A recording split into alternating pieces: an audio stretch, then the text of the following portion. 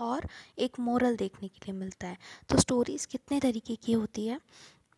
Story होती है एक रियलिस्टिक फिक्शन मतलब कि एक ऐसी स्टोरी जिसके जो कैरेक्टर्स हैं वो रियल हैं, प्रॉब्लम भी रियल है।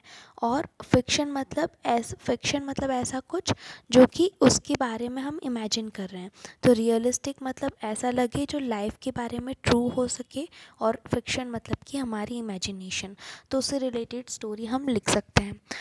एक स्टोरीज़ होती हैं थ्रिलर्स। तो थ्रिलर्स वो स्टोरी होती है जो हमको सस्पेंस में रखती है, मतलब कि स्टार्टिंग में सस्पेंस होता है और उन मिस्ट्रीज़ के जो है सॉल्यूशंस हमें उस स्टोरी में देखने के लिए मिलते हैं। एक होती है एडवेंचर स्टोरीज़। तो एडवेंचर स्टोरीज़ यूजुअली एक इंसान के बारे में होती है जो नेचर के अगेंस्ट या नेचर से लड़ रहा हो, तो वो एडवेंचर स्टोरीज़ हो जाएंगी। हिस्टोरिकल फिक्शन वो होते हैं जो हिस्टोरिकल पीरियड मतलब कि पुराने पुराने समय की जो बातें रहती हैं उनको लेके इमेजिनेशंस होती हैं, तो वो हिस्टोरिकल फिक्शन हो जाएंगे। Science fiction science and technology के अराउंड घूमते हैं, जैसे कि स्टार्स वॉर्स उनके बारे में अगर कोई स्टोरी है तो वो साइंस फिक्शन हो जाएंगे। फैंटेसी वो होती है जो हमारी इमेजिनेशंस होती हैं जो कि रियल बिल्कुल नहीं होती, जैसे कि मैजिकल वर्ल्ड जो हमने अपने बचपन में कहानियाँ सुनी हैं, फेरीज प्रिंसेस सुपर हीरोज़। तो जब ये हमारी स्टोरी में आ जाते हैं तो वो फैंटेसी स्टोरीज़ हो जाती हैं। Now structure of a story, एक स्टोरी का स्ट्रक्चर कैसा होना चाहिए? स्टोरी का स्ट्रक्चर होना चाहिए, सबसे पहले इंट्रोडक्शन देना है हमें कैरेक्टर्स का, और एक छोटी सी एक हिंट देनी है कि आगे क्या प्रॉब्लम खड़ी हो सकती है। सेकेंड टाइम में आपको एक्शन मतलब क्या प्रॉब्लम हो रही है उसको अच्छे से बताना है, डिस्क्राइब करना है। थर्ड पॉइंट में आपको हाई पॉइंट डिस्क्राइब करना है, मतलब कि ऐसा पॉइंट जहाँ पर टर्निंग बैक का कोई सॉल्यूशन नहीं हो, मतलब कि सिर्फ उस प्रॉब्लम का सॉल्यूशन ही निकालना बाकी रह गया, इतनी ज़्यादा वो प्रॉब्लम बढ़ गई है, ऐसा कोई पॉइंट बताना है। फिर आपको फॉलोइंग एक्शन बताना है जो कि हमें सॉल्यूशन बताएगा उस प्रॉब्लम का, और फिर आपको उस प्रॉब्लम का सॉल्यूशन और एंड करना है रिजॉल्यूशन करके। जैसे कि गेटिंग स्टार्टेड, यहाँ पे आपको एक स्टोरी के कुछ हिंट्स दिए हुए हैं, जैसे कि सेटिंग एंड टाइम। तो green valley high school class 7th E third week of the school. तो ये टाइम और स्कूल का सेटिंग से हमारे माइंड में एक इमेज क्रिएट हो जाती है कि ये स्टोरी कहाँ की है, स्कूल की है। Characters Sumedh and Karan, students of class 7 middle school sports captain. तो करण एक कैप्टन है और सुमेध एक न्यू बॉय है स्कूल में जिसमें एथलेटिक टैलेंट बहुत ज़्यादा है। तो कैरेक्टर्स के बारे में डिस्क्राइब कर दिया। उसके बाद में हमें प्रॉब्लम अराइज क्या हो सकती है? अ tribal boy इंटर्स a famous city high school is bullied on his first day. तो प्रॉब्लम क्या है कि जो सुमेध है वो ट्राइबल बॉय है, वो जब फेमस सिटी हाई स्कूल में इंटर करता है तो उसके फर्स्ट डे उसको बहुत बुली किया जाता है, ये प्रॉब्लम है। इंट्रोडक्शन हमें कैसे देना है? Sumedh a tribal boy from Jharkhand enters a green valley public school on the sports team, unrelenting comments from some students and bullying from Karan who fears he may steal his fame. Now rising action. Rising action, हमें action कैसे rise हुआ? In a series of taunts Karan tries to unnerve Sumedh, Sumedh is nervous but keeps his cool. तो ये action rise हो रहा है, कहाँ से प्रॉब्लम स्टार्ट हो रही है वो हमने डिस्क्राइब किया कि करण सुमेध को अननर्व करने की कोशिश करता है, टॉन्ट करने की कोशिश करता है, और सुमेध नर्वस है लेकिन वो अपनी शांति बनाए रखता है। High point, Karan openly challenges Sumedh to a race.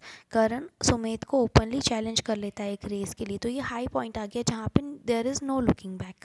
Then following action, मतलब एक्शन क्या है कि Sumedh wins the race. Then following action के बाद आपको बताना है रिसॉल्यूशन, मतलब कि फाइनली जो एक्शन हुआ उसकी वजह से मोरल हमको क्या मिला और सब कुछ ठीक कैसे हुआ। Now let's start writing each part of the story. तो ये हमें स्टोरी के हिंट्स थे कि ये पूरी स्टोरी है। अब इंट्रोडक्शन पार्ट में, जैसे कि हमने पहले डिस्कस किया, इंट्रोडक्शन पार्ट में हमें पूरा प्लेस और टाइम सेटअप करना है, उसके बाद में कैरेक्टर्स के बारे में बताना है, और जो स्टार्टिंग होती है स्टोरी की कि वो कहाँ से आया है सुमेध और कैसे सब लोग उसको टॉन्ट करने की तैयारी करते हैं। Then rising action, rising action में हमने पहले भी देखा था, तो ये जो येलो वाला पूरा बॉक्स है इस पूरे में आपका राइजिंग एक्शन है कि कैसे प्रॉब्लम स्टार्ट होती है, कैसे सब लोग सुमेध को टॉन्ट करना स्टार्ट करते हैं। ठीक है। उसके बाद में एक है high point, third point is high point. तो हाई पॉइंट कब आता है, जब करण ओपनली चैलेंज कर लेता है, तो वो वाली भी आपको पूरी स्टोरी बना के बताना है। देन फॉलिंग एक्शन, जब सुमित रन करना स्टार्ट करता है और वो रेस को जीत जाता है। देन रिजोल्यूशन, रिजोल्यूशन मतलब कि जब करण स्माइल करके उसके साथ में फ्रेंडशिप कर लेता है वापस से। सो this is story writing. There are 6 problems and setting and characters for you. You can write any 3 of them, any 3 stories you have to write in your copy short story. Let me make you understand all of these. First is characters: father, 7 years old son. मतलब एक 7 year old लड़का है और उसके father हैं story में। Setting मतलब कि कहाँ की है ये स्टोरी, एक ज़ू की है।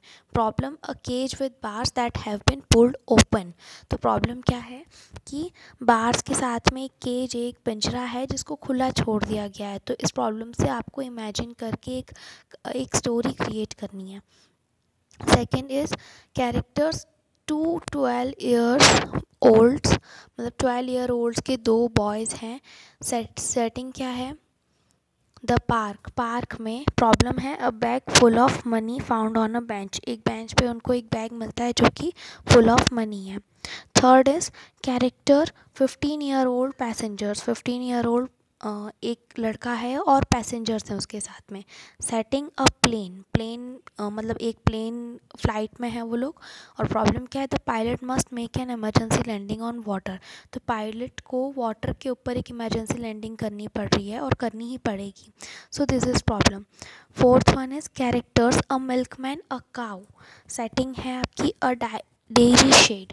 तो एक मिल्कमैन और काऊ 2 कैरेक्टर्स हैं, इनकी आपको स्टोरी बनानी है जो कि कहाँ पर है, एक डेयरी के शेड में है। और प्रॉब्लम है the cow speaks to the milkman and tells him a terrible secret. तो ये आपकी बन जाएगी फैंटेसी फिक्शन।